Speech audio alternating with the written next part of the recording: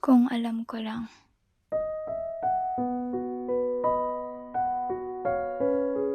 Kung alam ko lang na ganito pala kahirap maging batang ina.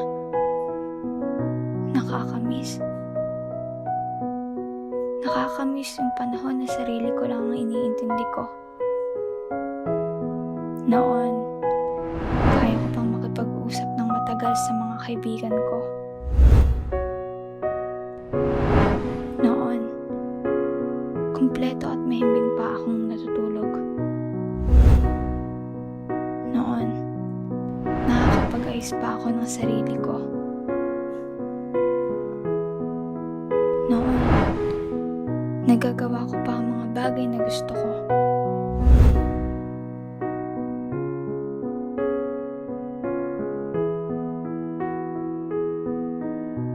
Noon, hindi pa ako namomroblema sa kakainin ko.